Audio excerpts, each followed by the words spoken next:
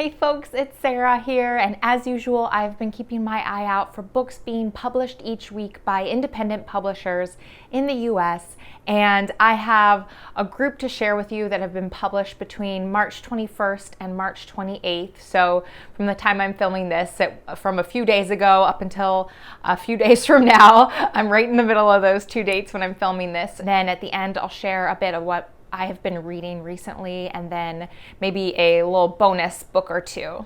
So first up is a book I've been looking forward to for a while. It's published by one of my favorite small publishers that publishes speculative fiction, fantasy, and science fiction. The press is called Small Beer Press, and the book that was just recently published is Lost Places by Sarah Pinsker, and this is a collection of short stories. I believe it's her second collection. Sarah Pinsker is an award-winning author. She's won several Nebula, Hugo, Philip K. Dick awards for her fiction. So these are short stories that are speculative fiction, but they transcend genre boundaries. Short story collections are often hard to describe without having read them, especially if they're described as genre transcending stories, but it sounds like there are a lot of references to music and memory, and there's a story about a woman trying to escape an automated elder care facility to try and save her wife, and a novelette about a kind of an epic backpacking trip that gets increasingly disturbing and things start to go awry. And there's also a story, several of these stories, if you visit Small Beer Press's website, they actually kindly link to a lot of these stories that have been published elsewhere, so you can get a little taste of what the author's style is, including one of her award-winning stories called Two Truths and a Lie, which is published on Tor.com. So I'll leave that link below so you can check it out and see if you might be interested. So then from City Lights Books, we have a novel called Stay This Day and Night with Me, and it's by a Spanish author named Belén Gopagui, and the translator is Mark Schaefer. This is the story of Olga, who is a retired mathematician, and Mateo, who is a college student who is passionate about robotics. And these two characters meet in a library, and they hit it off right away, and they start to meet regularly and become fast friends, and eventually develop a plot to influence Google by submitting an application to be sponsored by Google for this really elite technology training situation. Not exactly sure what it is, but I believe the novel is told mostly in dialogue between these two characters, and it gets really philosophical, and there's a lot about free will and artificial intelligence and what it means to be human in this reality that we live in that's increasingly influenced by data and surveillance. From Ellipsis Press, we have another novel called As It Falls, and it's by Donald Breckenridge. And this is a reimagining of Sophocles' Oedipus trilogy, and it is also a reimagining of the author's biological parents and the day they met. So the author was adopted at birth, and this is kind of weaves together this story of Oedipus and this story, a reimagining of the author's birth parents meeting. But it all takes place in New York City across several decades. And I want to read a quote from Joshua Cohen, the Pulitzer Prize winning author of The Netanyahus. So Joshua Cohen says, Donald Breckenridge has been the best novelist writing about and in New York City since the MTA used tokens and Giuliani was halfway sane. And that comes out on March 21st, and again, that's from Ellipsis Press. Also from Ellipsis Press is a science fiction novel called Love Chronicles of the Octopodes. This science fiction novel is the story of poet Emily D. And Emily lives in a far distant dystopian future in which society is rampant with unregulated gene editing. And Emily herself is, in fact, a clone who was made using genetic material from her namesake, Emily Dickinson, from a lock of Emily Dickinson's hair. Something went awry in the creation of our main character, Emily D, and instead of being born as a human, she was born as an octopus. And while Emily was born as an octopus, she very much has the soul and consciousness of a human poet. And she lives in this peaceful lagoon, and the novel doesn't really have much of a plot, but is apparently this very beautiful lyrical exploration of consciousness and poetry and art, and it actually sounds quite beautiful. From Coffee House Press, and because I subscribe to Coffee House Press, I already have a copy in my very own hands. We have an essay collection from the author Laird Hunt called This Wide Terraqueous World, and these are essays on about fiction, about the writer's life, but they aren't like super straightforward essays on like craft. There's a lot of explorations of memory and a lot of detours in these essays throughout the author's life, and discussions of various authors who were influences, descriptions of journeys that he went on as he was doing different research for various novels that he was working on. I love any essay collection about the writing life and about writing fiction, so I'm really looking forward to this one. From Bellevue Literary Press is a nonfiction book called All Else Failed by Dana Sachs. And this is, again, a nonfiction account of the European refugee crisis, and it starts out in 2015 in Greece, in a Greece that is inundated by refugees coming from Asia and Africa, and describes, how governmental entities, the Greek government, the EU, the UN, basically failed to adequately address the crisis. And it talks about how volunteers had to step up and step in, and explores the successes and failures of that volunteer effort. And Dana Sachs herself is a journalist and a founder of, it's called a founder of Humanity Now Direct Refugee Relief. So the author addresses issues like severe burnout among the volunteers, some of whom were refugees themselves. Also, you had volunteers coming in who were treating the experience like they were on vacation, and all the issues that go along with that. It really reminded me of a book I actually haven't read yet called The Wrong End of the Telescope by Rabi Alameddine. That could be a good pairing to kind of learn more about the situation from the volunteers' point of view. Also published on March 21st from Grey Wolf is 10 Planets by Yuri Herrera, and it's translated from Spanish by Lisa Dillman. These are short stories. This is another short story collection, and again, it's kind of blending of genres. So there's science fiction, noir, and philosophical parables. And the stories take us from a detective who finds clues inside his clients' noses to a sentient intestinal stomach bug. We have monsters and aliens and a ghostbuster and dragons. And it says this book explores the mutability of borders, the legacy of colonial violence, and convey a deep love for storytelling. And I love short story collections from Grey Wolf. I think they really excel, in particular in their short story, short fiction.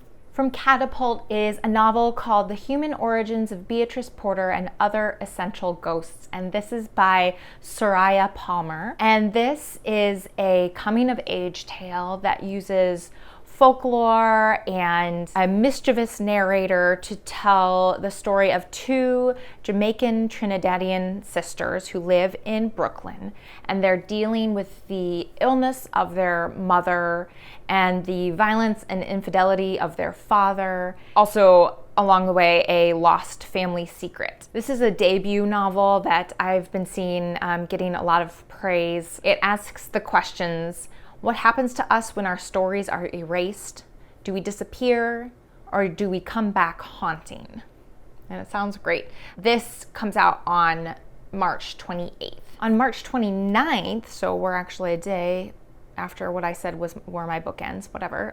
So March 29th is The Formation of Calcium by M.S. Coe, and this is from Spurl Editions. And this is described as both disturbing and funny, and it tells the story of middle-aged Mary Ellen Washey, who completely cuts ties with her husband and her family in Western New York and moves to Florida, changes her name, bleaches her hair, and befriends another woman whose name is Natalie.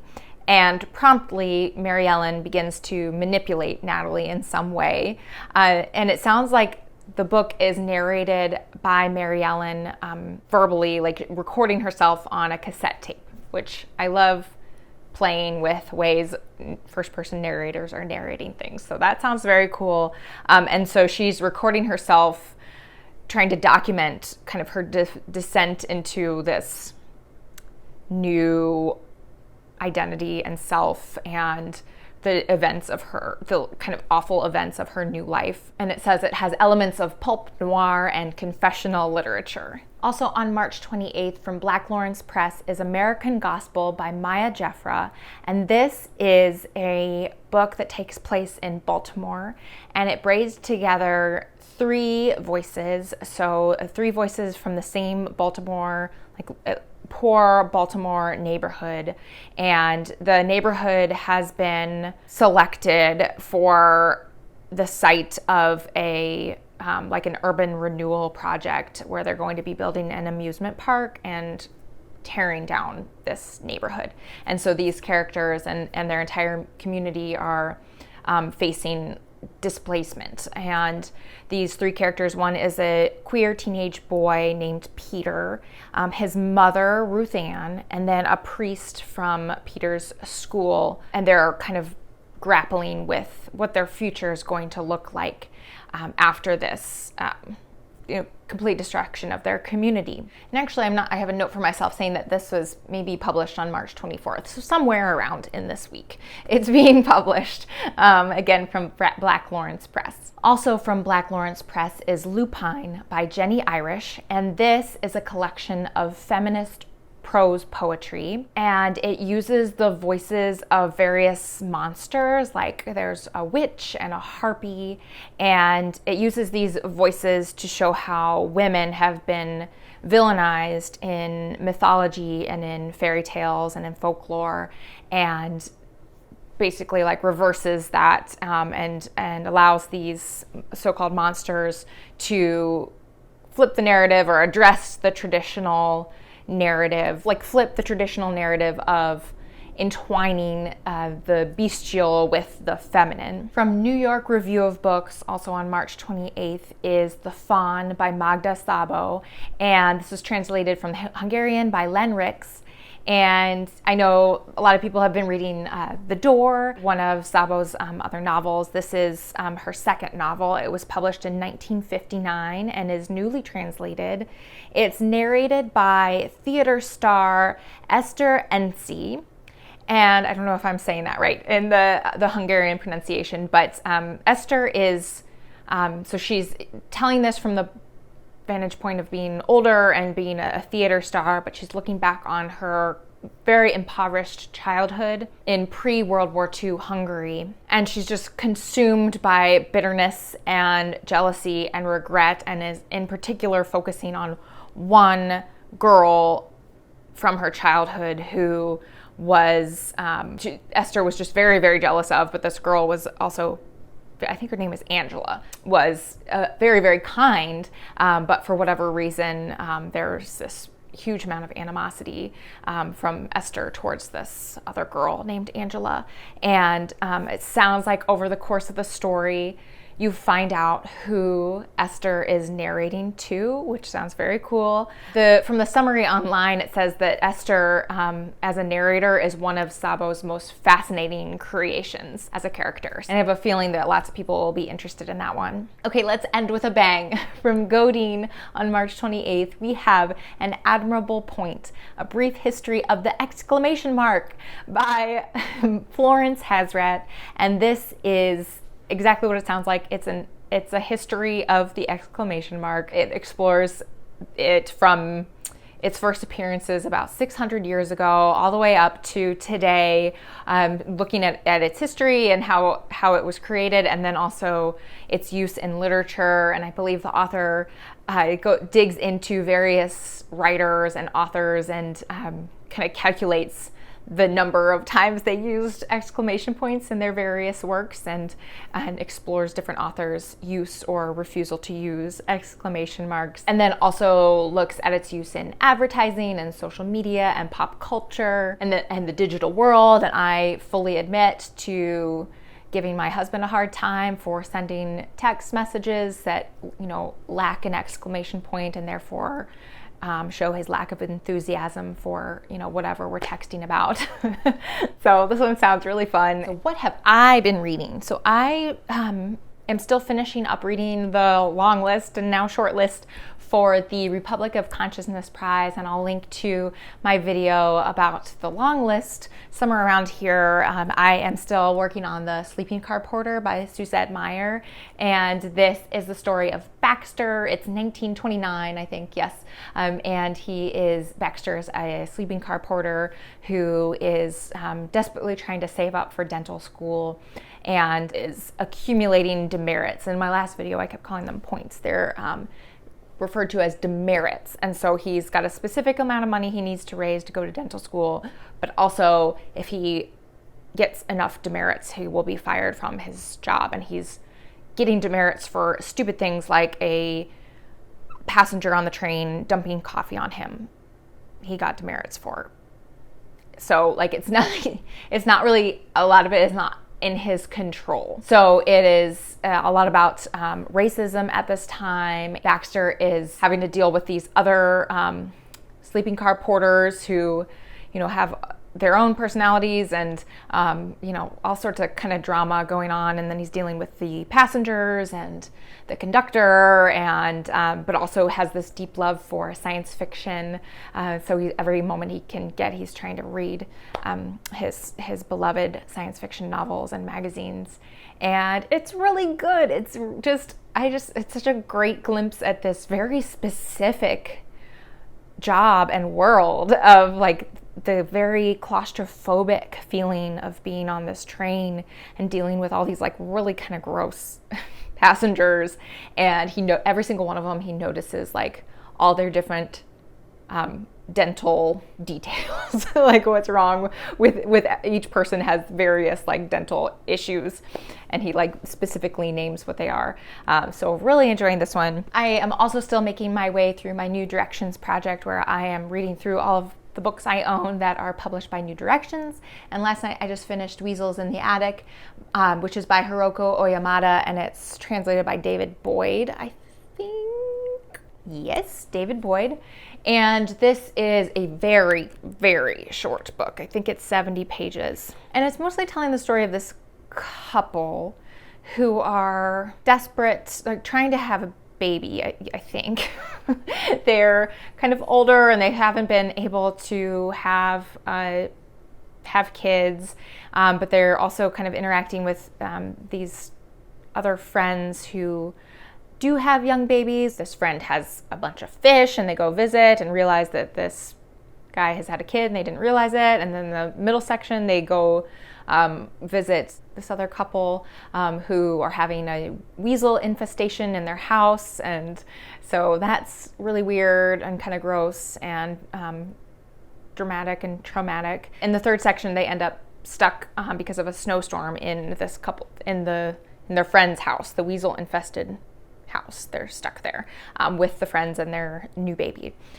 So it's a really bizarre little book, but I really enjoyed it. It's a lot of really interesting animal details. So that's what I've been reading recently. If any of these books sounded at all interesting to you, I hope you will hit the like button. That will hopefully help this video spread across the internet and maybe get some of these great sounding books into the hands of more readers. Thank you so much. I want to end on a little book bonus round. I bought a couple of books from my bookstore that I had mentioned in previous Indie Arrivals videos and then saw out on the shelves and had to pick up. So they're both, these two are poetry collections. So first is From by Monica Yoon, and this is again a poetry collection, and it's published by Grey Wolf. There is an incredible interview with Monica Yoon on my podcast obsession, Between the Covers. I highly recommend listening to that interview if you are at all interested. This collection sounded so good to me from just the description I saw online, but it was the interview that sold it for sure, and I had to pick it up. So I just highly recommend going and checking out that interview if you're at all interested. And then also poetry collection I mentioned in one of my other videos is Feast by Ina Carino, and this is from Alice James Books. And yes, I can't wait to dive into this. I don't really like describing poetry collections before I have read them because it is just difficult. So it's beautiful though, isn't it? And then finally, I also was at another bookstore and I saw, this is not an indie press book, but forgive me because it is one of my favorite authors, Ursula K. Le Guin, and this is a story collection called The Wind's 12 Quarters. The stories span across her career, and what's really cool is that each story, she had written a blurb at the beginning of each story, kind of about it, like just a little paragraph about the story's origins or little details from her perspective about each story. So, and I thought the cover was really fun and purple. So I picked that up too. Thanks so much for watching. I hope you have a really wonderful day. I'll talk to you later. Bye.